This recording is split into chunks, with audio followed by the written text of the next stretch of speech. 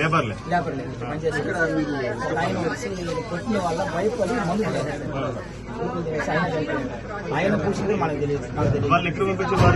ఇంకెవరు తెలియదు, ఫంక్షన్ ఇంకెవరు తెలియదు, మనకు చెప్పలేదు సార్. వాళ్ళ సొంత ఊరికి కానీ పంపించడం మనకు తెలియదు సార్, చెప్పలేదు. ఇదంతా ఇంకా జరగదు అనేసి అందరూ భయపడి ఆయన ఏమంటే అదే అన్నమాట. ఆయన మాట మనకి ఎదిరించి మాట్లాడాలంటే ఆడాదులు మగాదులు పెట్టాలి చెప్పలేదు. ఎన్ని క్యాంపులు ఉన్నాయి? ఎన్ని క్యాంపులు సార్? తిరుపతి రెడ్డి ఒకటి, కిరణ్ రెడ్డి ఒకటి, ఆయన కొడుకు వచ్చి అర్జున ముగ్గురు సార్ మెయింటైన్ చేస్తాం. వాళ్ళేనా మీకు ఏదైనా ఫుడ్ కానీ ఏదైనా చూడాలి సార్? ఏమి ఇస్తే ₹1 ఇస్తాడు మాదే లెక్క, ₹1 ఇస్తాడు మా లెక్క. మాకు జీతాలు కూడా ఏమి నెలకు జీతాలు ఇచ్చారా? అంత లేదు సార్. చిలుపు రాసి సీట్ రాయిస్తారు. 10,000 రాయి వస్తే ఒక 500-600 సార్ సీట్ రాస్తారు. సేపు కష్టమని అడిగినామంటే లేదు. ఎందుకో ఏం లేదు, డబ్బు బట్టలు కావాలా నేను చేస్తాను, గుడ్లు కావాలి నేను చేస్తాను, ఈ గుడ్లు వాళ్ళ ట్యాక్సీ రప్పిస్తాను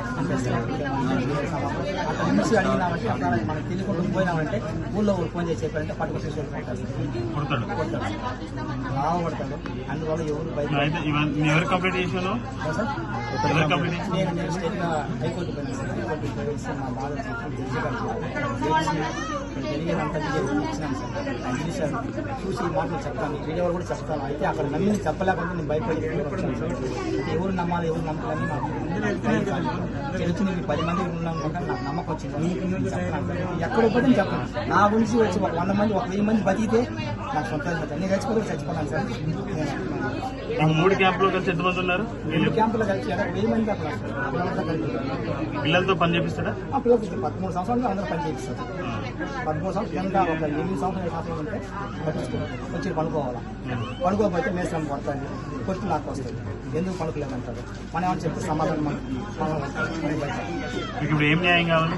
మాకు న్యాయం లేదు సార్. మా పిల్లలు నెమ్మదిగా ఒక్క మధ్య తింటాను, సంతోషంగా తినాలి. ఒక పులికి తింటాను, సంతోషంగా మా బిడ్డ సుభద్రంగా మంచి గోలు నాకు చదువుకొని గోలు మీద పోయిన తగ్గడం మన బిడ్డలన్నా బాగుండాలా అనేసి మిమ్మల్ని మాత్రం కోరుకుంటాను.